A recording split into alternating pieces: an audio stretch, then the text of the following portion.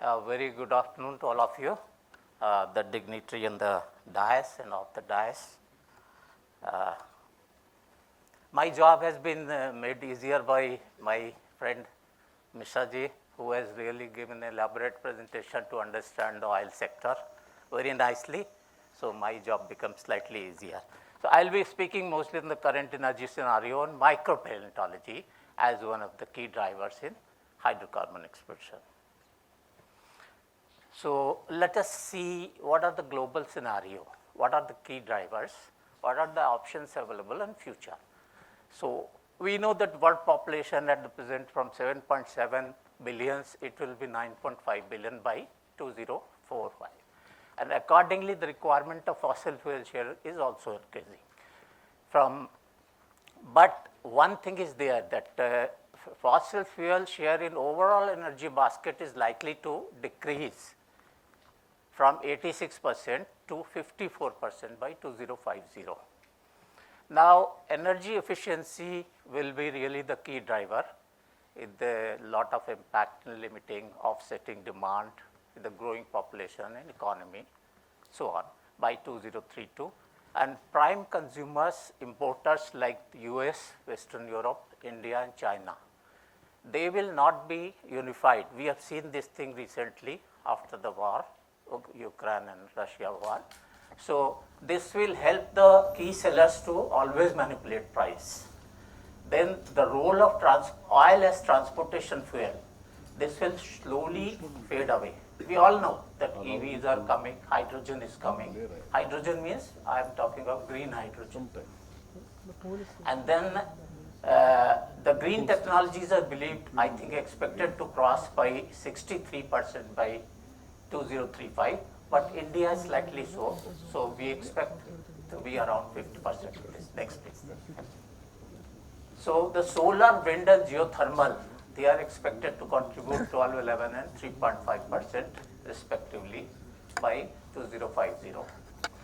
Now, battery storage is one driver which has to be good to improve this non-dependence on the growing ever always going oil thing.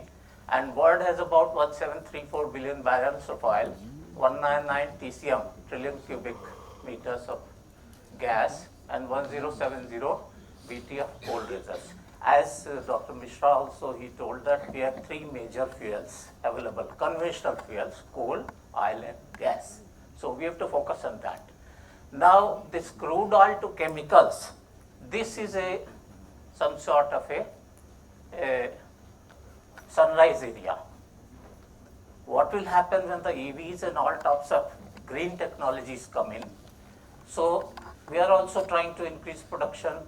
Globally, production is being enhanced. So what is going to happen? So this crude oil to chemicals, this will be a sunrise area in which industry will migrate. And already efforts have been made in private industry, like say the giants like Reliance and many other companies, giant companies, they are already in this job. Global zero emission targets are, as per the Glasgow, November 2021, they were from India has been given 2070, India has chosen. Next. Now let us see some salient points of India's energy diaspora. As I said that coal, oil and gas, they will be accounting for 89% of the primary energy requirements and the rest will be for the renewables. Coal will continue to be dominant up to 2040 and so on, the oil and gas and 25% of coal we are importing. Now hydrocarbon potential of sedimentary basins is progressing by governments under policies which he has very elaborately explained, Dr. Mishra. Petroleum exploration activities, they are unlikely to get subdued. So that's a good point to all the youngsters. Don't be disheartened that if petroleum is going down, so the jobs will be cut on geology or micropaleontology, scope will be limited. Only thing is that specialization and skill sets will be important and the geoscientists have to make huge effort in this. Large quantities of producible oil from Saudi, Iran, USA, Canada, Russia and OPEC countries, they will be always available to be monetized, and the shale gas or shale oil, USA and Canada they will continue to do with better technology and R&D. Let's see this slide. This was he also showed in one of the. So you see the population is ever growing. At a 10-year gap, GDP is ever growing. India's GDP. Energy demand is also growing. And the demand for the coal, oil and gas, they are going. Of course, nuclear is also being planned in the next decade or so, even after that. So, since India is home to very large population, and then government is making efforts to really do all sides of producible, rather renewable or the conventional energy. Next, please. Now, if you look at this, total primary energy demand from 2000, 2010, 2019, 2020, it's always growing. Only thing is that during COVID time, 2020, it has slightly come down. But if you see the share, the coal share, oil share has been almost consistent. Because the fact is that we have been trying to very hard to produce more and more oil, but somehow, actually if you see, the consumption is the main culprit. We have not really done much for the consumption. Once consumption is always growing, so it's very difficult to keep pace to the ever-growing consumption. Next, please. Now, what are the main challenges in energy scenario? First is dependence of oil as the transportation fuel. Every day you hear something that they have come out with EVs, especially the two-wheelers, and two-wheelers are getting burnt, aag lag ja rahi hai, or some problems, lot of. So again, this is a setback to Indian industry in EVs, but that has to be really looked into, and that has to be really moderated. Then EVs and green hydrogen, they are the green technologies. Conventional green batteries, lithium, iron-based, aluminum, with in-house production. There are problems in in-house production. Presently, we are mostly getting from abroad, but that has to be really taken care of. Then charging stations related infrastructure is to be really very highly developed. I can tell you that in the advanced world or advanced countries, this infrastructure they have already done. They are ahead 20 years, 25 years ahead of us. They have put in everything in place. Then that's why Tesla is being sold as I think the largest number of cars are sold in advanced countries. Then we have the environmental issues, pollution control, climatic anomalies, global warming, so on. Targets, as I said, that 2070 is India's target for zero emission. In fact, India is not a great culprit. If you see this data from anywhere, you'll find that Europe, America and China, they are the bigger culprits than India. Hydrogen, green hydrogen, that's the cleanest form of energy, and that's going to be I think one of the future where you have the H and O2, both are usable gases without any pollution. Then hybrid technology, development of hybrid technology, that has to be with integrating multiple platforms. That is one major challenge in the energy sector. Another challenge is huge population, VAV resource, skills and growth parameters. Many of our skills and these things are old, conventional. They are it's very difficult to change. So we have to do a lot of things in these things. Next. This is very interesting picture. In August 2020, I made this picture from the oilprice.com of 17th August. It said that is this the beginning of the end of oil and gas exploration? What was the thing? The COVID. And the time was that if you see this place, this crude oil price, it went so low, and at one time it went below zero. It was $37 minus. There was nobody to take oil. And then everybody started in that khatam ho gaya, hydrocarbon industry, khatam, nothing will happen. Now, next please. See the reverse picture. Ukraine-Russia war. And now you see, this is the COVID situation when oil was at the crude oil was at the bottom, and this is the Russia attacks Ukraine. And after this is around $100 and it went to $140. So you see, in two disastrous conditions, in one hydrocarbon industry is useless, and another it becomes prime industry. Again $140. So everybody is delighted, all geologists or all geoscientists working in hydrocarbon industry, they feel happy. Next please. He has already explained, I'll shortly tell. Upstream we have the exploration and production functions. We have midstream where we have the logistic facilities and service functions, and downstream refining and marketing and consumer. Upstream we have the oil producing companies, like ONGC is one of the prime companies, Oil India. Here we have a mix of these things on both the sides. So let us talk about the downstream, which is like IOC, BPCL, HPCL and all those. That's the structure of the hydrocarbon in India. Next please. Oh, this is a picture which shows that we have a lot of surface area with the sediments. That's a lot of availability of sedimentary bases where we can explore oil, and still there is a lot to be done. Next please. What are the key functions in this E&P business? What are the broad steps?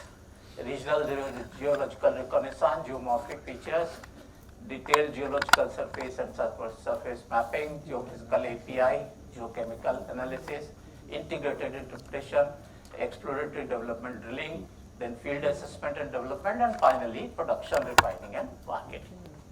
Now, say this is the broad way, in short, this is the way. And what should be the characteristic of hydrocarbon bearing basin? There has to be source rock, a reservoir rock, a cap rock, and timing of the events. Timing is very important, because even if you have a structure, even if you have source rock, everything, timing has to be there so it gets accumulated. Next. Now let's come to the geology labs.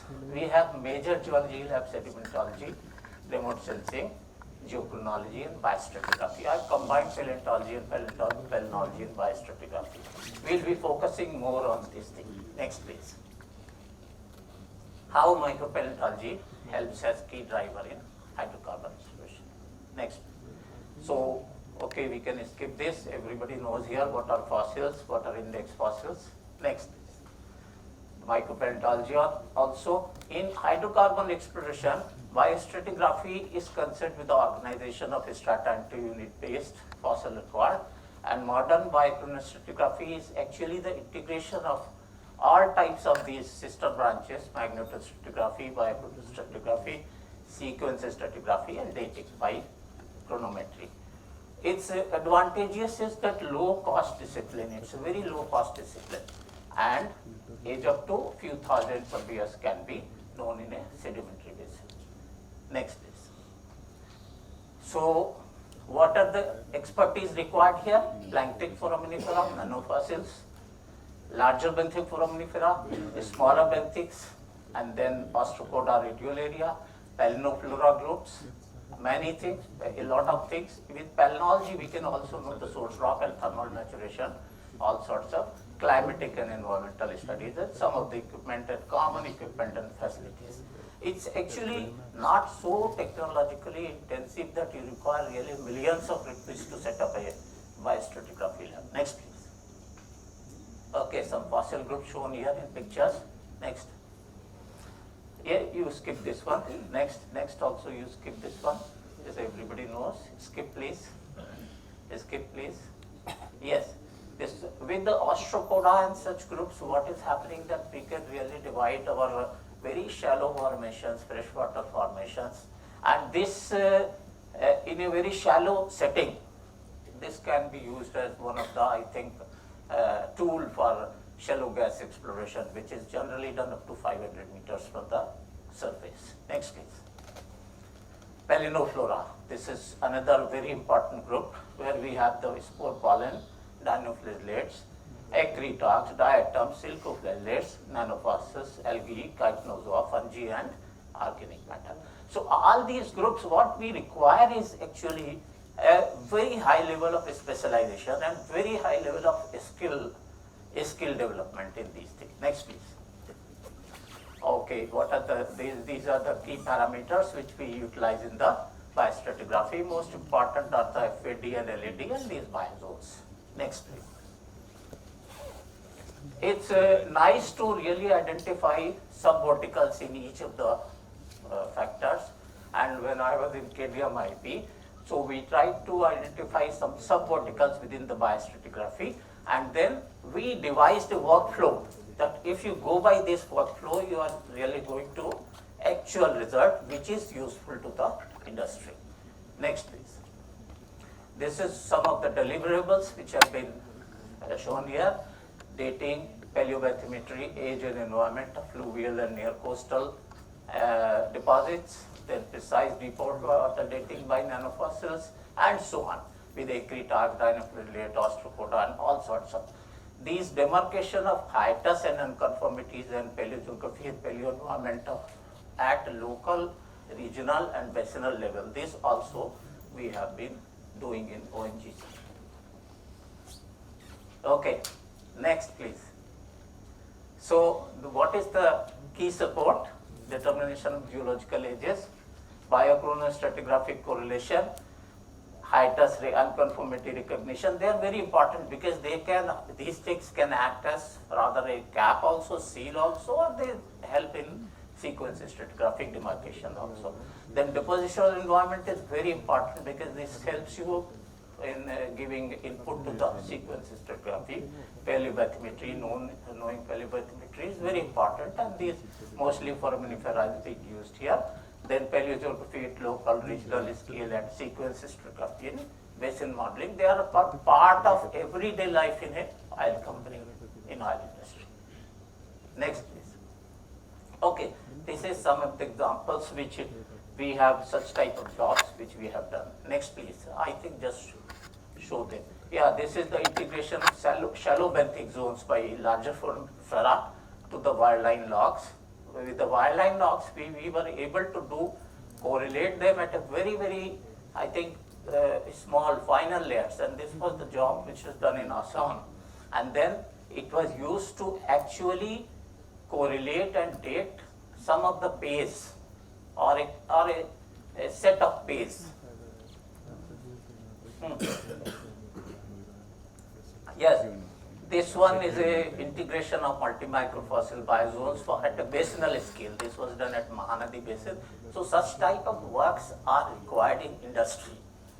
We cannot simply just go by doing some taxonomy and some descriptive paleontology or micropaleontology and just say ki ho gaya.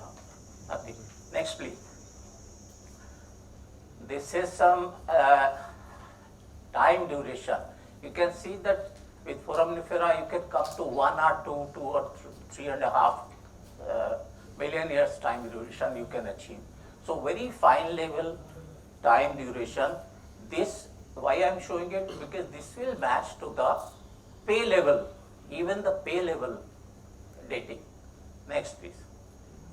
This is something which we did in the basinal paleogeography and paleodepositional model with bifacies distribution.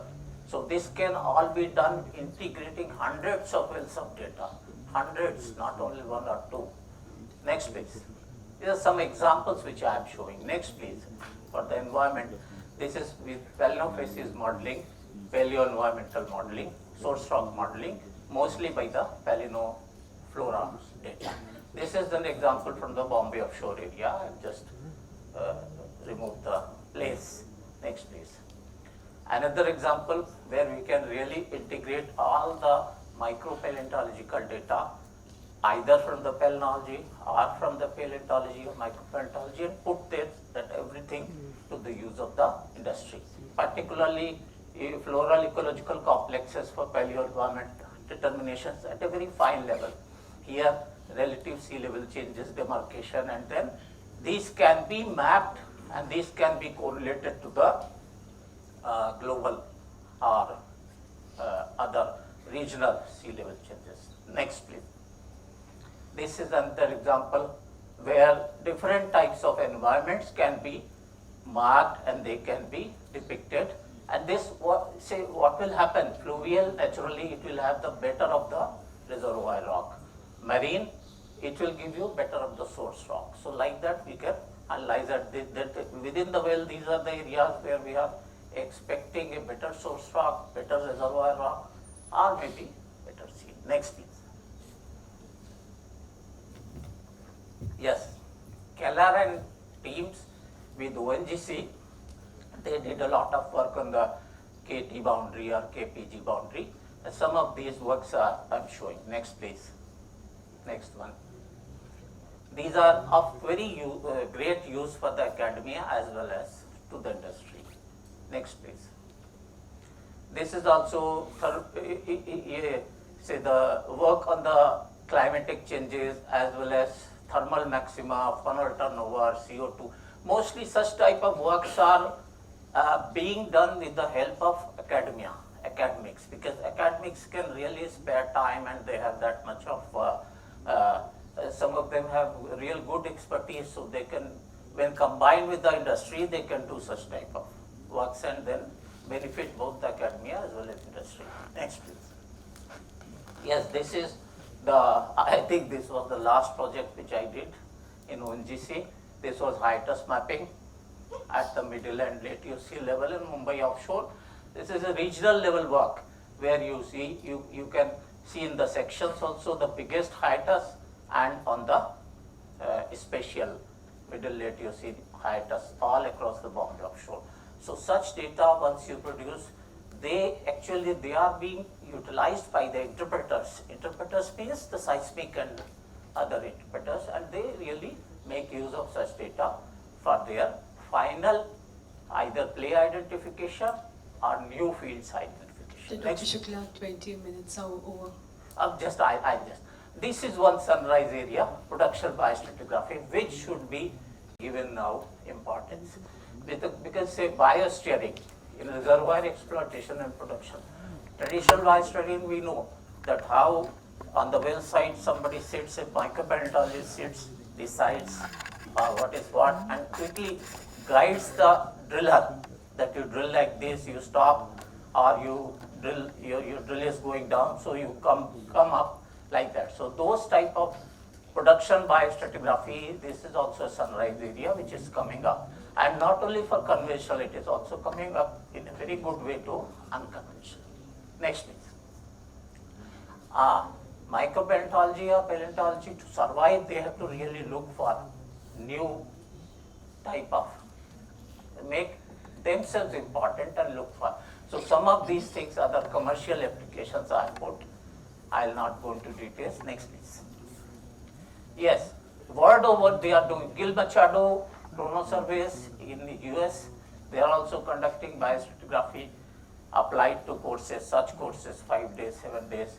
This one we did at Lucknow, unapplied biostratigraphy in mineral exploration. Next, please. So now, what more to be done? High level functional specialization, high resolution biostratigraphy is the need of the hour. Now, process response approach, initially focusing on the basin architecture. What I have found is, because of paucity of data or because of working style, many times I have seen micropalaeontologists or biostratigraphers, they are just confined to their 1 or 2 or 10 or 100 samples. They should know first what is the basin and how basin has evolved. Once they have that thing in background, their results will be much better. Then geosteering, biosteering applications, which will actually give lot of impetus to the time, fastness of the exploration and in production by stratigraphy. Then better accuracy and precision at all fossil groups, calibrating their tips, FADs, LADs, and maybe the phylogenetic trends and so on. Sequence boundaries, surface calibration, correlation across regional profiles for sequence stratigraphy. then mapping these things, and play level paleo-environmental mapping. This is also one of the very important areas which should be done. Then oil exploration and development, as we all know that it requires precision, time and quality. These are for the cost competitiveness. We are in the industry. Anybody is doing better job than us, naturally they will be preferred. Next please. So, okay, this I have already told. Yes, lot of revenue generation and work at work centers, laboratories and institutes. This is now order of the day. Then training and mentoring high standards for skill enhancement.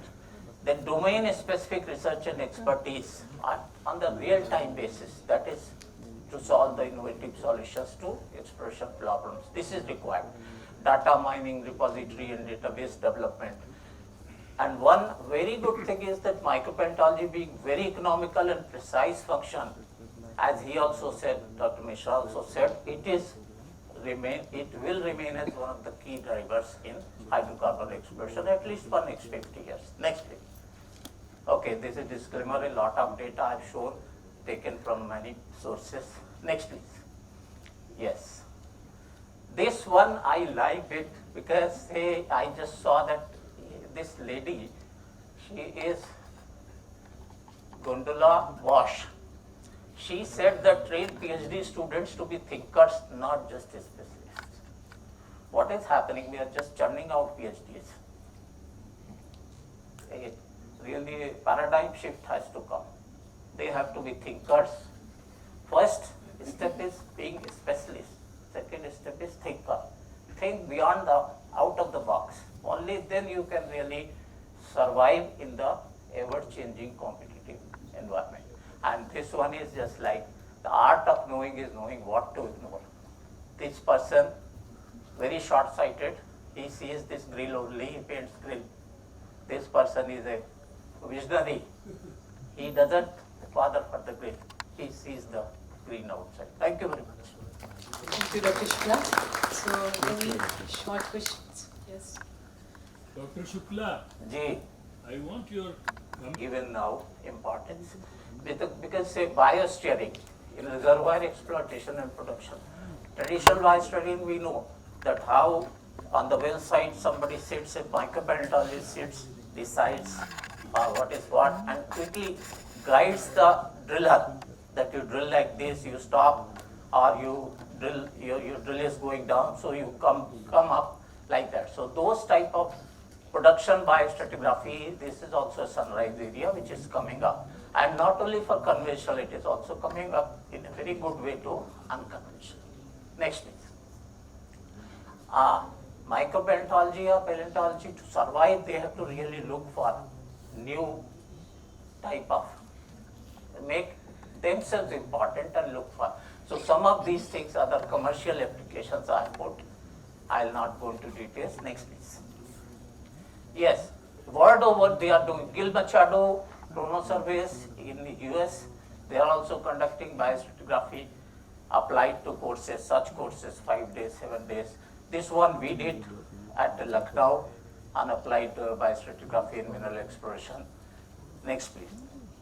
So now what more to be done? High level functional specialization, high resolution biostratigraphy is the need of the hour. Now process response approach, initially focusing on the basin architecture.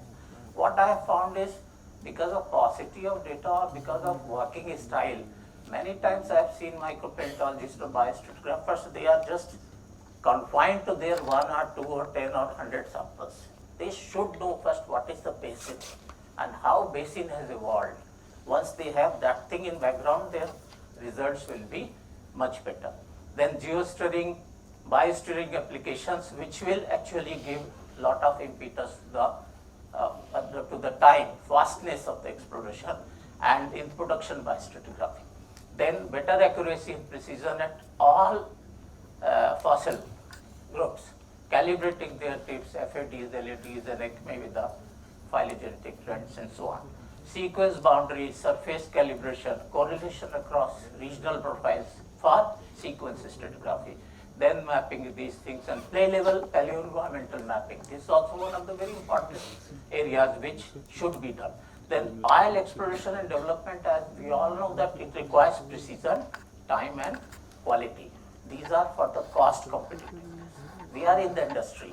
Anybody is doing better job than us, naturally they will be preferred. Next please. So, okay, this I have already told. Yes, lot of revenue generation and work at work centers, laboratories and institutes. This is now order of the day. Then training and mentoring high standards for skill enhancement. Then domain specific research and expertise on the real time basis. That is to solve the innovative solutions to exploration problems. This is required. Data mining, repository and database development. And one very good thing is that micropalaeontology being very economical and precise function, as he also said, Dr. Mishra also said, it will remain as one of the key drivers in hydrocarbon exploration, at least for next 50 years. Next please. Okay, this is disclaimer, a lot of data I have shown, taken from many sources. Next please. Yes. This one I like it because I just saw that this lady, she is Gondola Bosch. She said that train PhD students to be thinkers, not just specialists. What is happening? We are just churning out PhDs. Really a paradigm shift has to come. They have to be thinkers. First step is being a specialist. Second step is thinker. Think beyond the, out of the box. Only then you can really survive in the ever-changing competitive environment. And this one is just like the art of knowing is knowing what to ignore. This person, very short-sighted, he sees this grill only, he paints grill. This person is a visionary. He doesn't bother for the grill. He sees the green outside. Thank you very much. Thank you, Dr. Shukla. So, any short questions? Yes. Dr. Shukla, Ji. I want your Vandana ma'am to felicitate Shukla sir.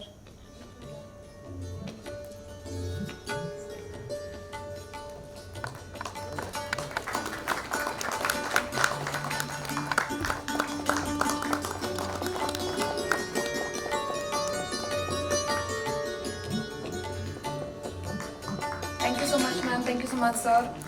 I would request Kantimati Kulkarni ma'am to felicitate Vandana ma'am.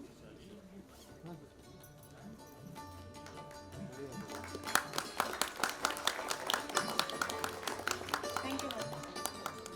I request Professor MP Singh to please take the stage as the chairman of the next session, which is on proxy development, taphonomy and digenetic effects on preservation.